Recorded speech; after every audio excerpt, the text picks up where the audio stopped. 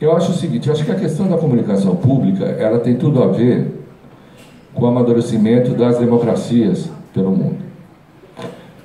Você vê a BBC. A BBC está fazendo 94, 95 anos, se não me engano. Você vê a RTP, você vê a RAI, você vê a NHK. A comunicação pública é algo que tem que ser absorvido pela sociedade quando ela está amadurecida politicamente. E a democracia no Brasil, além de ser uma coisa muito recente, se você pegar, ela começou, teve a Revolução de 30, depois teve em 45, com a queda do Getúlio, que começou alguma experiência democrática. E se a sociedade não amadurece democraticamente, não há espaço para a comunicação pública. Não há espaço. Então tem uma junção, tem uma intersecção entre esse desenvolvimento social e a questão da comunicação livre, desimpedida, isenta, plural, diversa e assim por diante. E no Brasil, o modelo que nós temos, a Tereza já falou alguma coisa sobre isso, é um modelo que eu até cunhei a expressão, oligarca na produção, ou seja, são algumas famílias, e praticamente monopolista na opinião, com raríssimas exceções.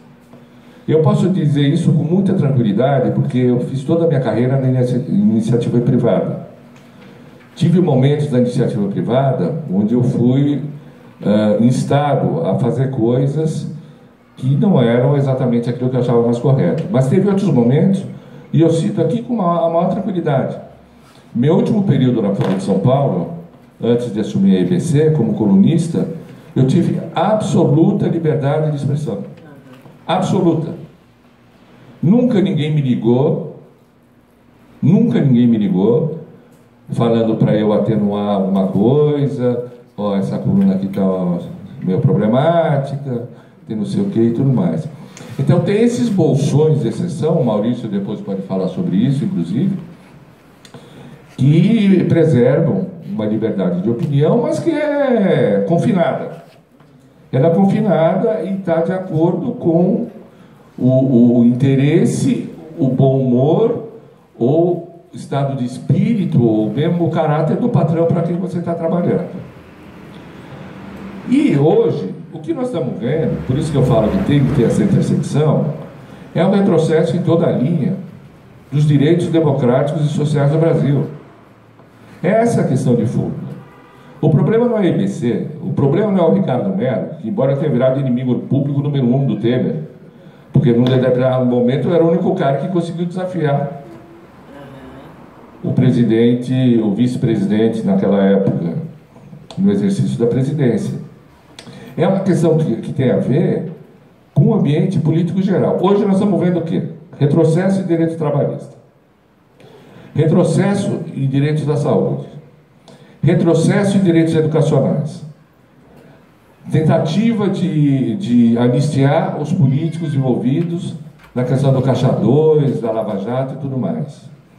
E uma série de iniciativas que me fazem lembrar a Reaganomics, quando o Reagan atacou em toda a linha todos os direitos sociais, trabalhistas, americanos e assim por diante, a famosa greve dos controladores de voo, onde ele simplesmente demitiu todo mundo e tudo mais. A comunicação pública, nesse contexto, ela é um empecilho. Ela é um empecilho. Basta ver o que eles fizeram com a EBC. Tem-se uma mania de dizer que a EBC é traço, que a EBC não sei o quê, que a EBC é aquilo, não sei o quê. Mas como explicar tudo isso diante da fúria com que eles atacaram uma emissora, uma empresa, que não é só a TV Brasil, é a Agência Brasil, são as rádios, a Rádio Nacional, a fúria com que eles me atacaram. E sem poder, em nenhum momento, e isso é uma coisa que me orgulha, são poucas coisas do que eu posso me orgulhar, porque eu não tenho casa, moro de aluguel, não construí patrimônio, não tenho filho, nunca fui casado, no papel, assim por diante. Nunca saiu uma linha em relação à minha atividade em relação ao meu passado, em relação à minha trajetória como jornalista.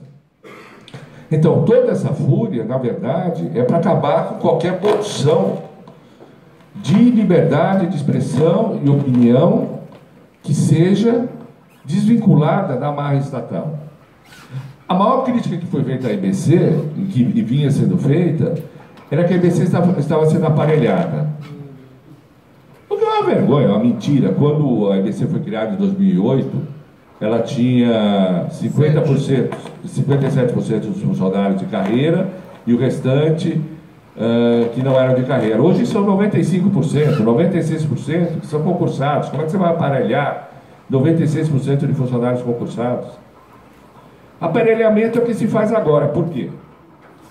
Pela lei que a Tereza, pela qual a Tereza foi uma das maiores batalhadoras e é o símbolo da EBC, isso eu faço questão de falar em todas as palestras, vou repetir, não sei o que, coisa e tal.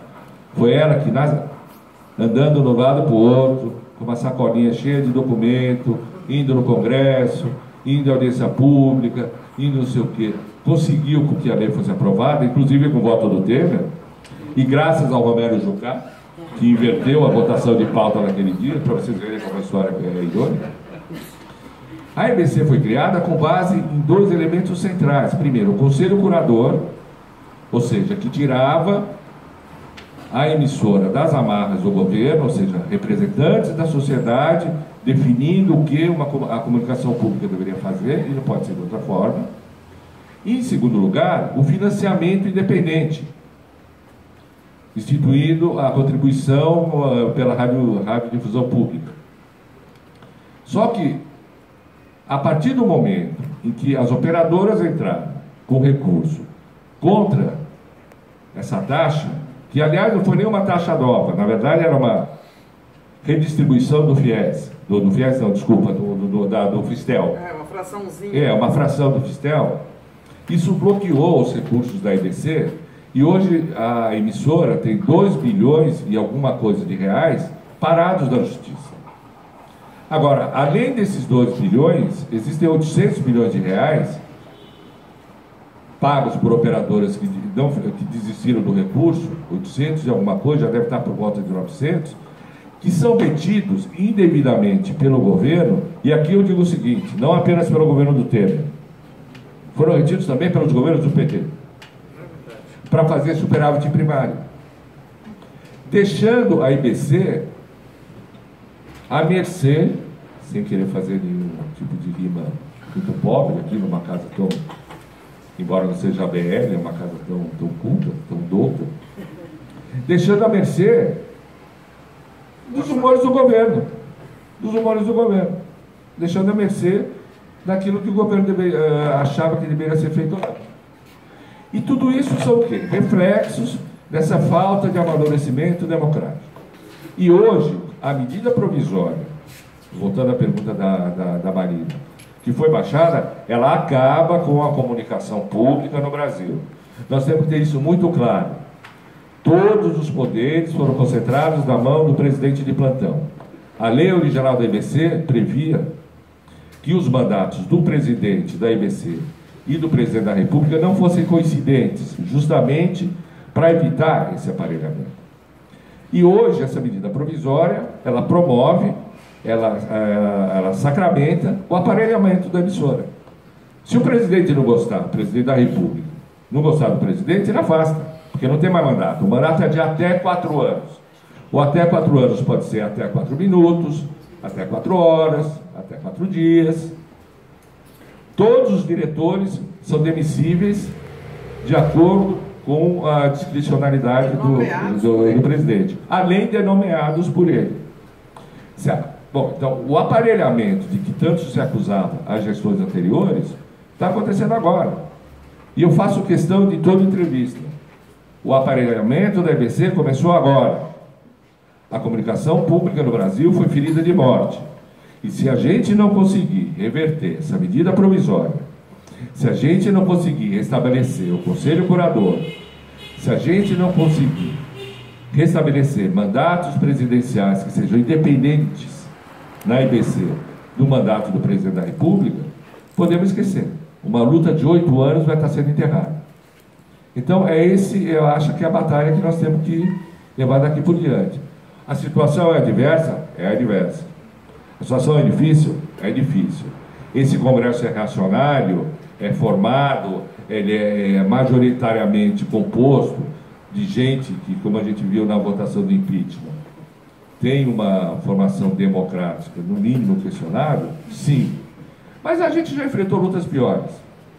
Eu, do alto da minha idade, 61 anos, não pareço, né? Pareço 70. Do alto da minha idade, posso dizer o seguinte. Posso dizer o seguinte.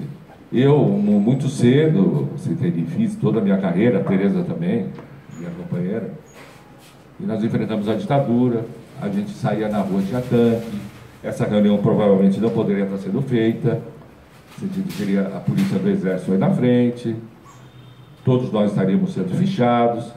Então, existe um espaço democrático ainda que a gente pode ocupar e utilizar para defender a comunicação pública. Agora, não, de que a gente não seja ingênuo.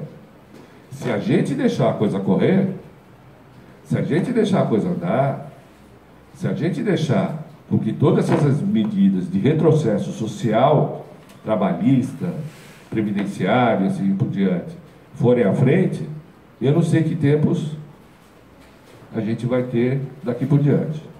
Tá? É por isso que esse tipo de debate é fundamental.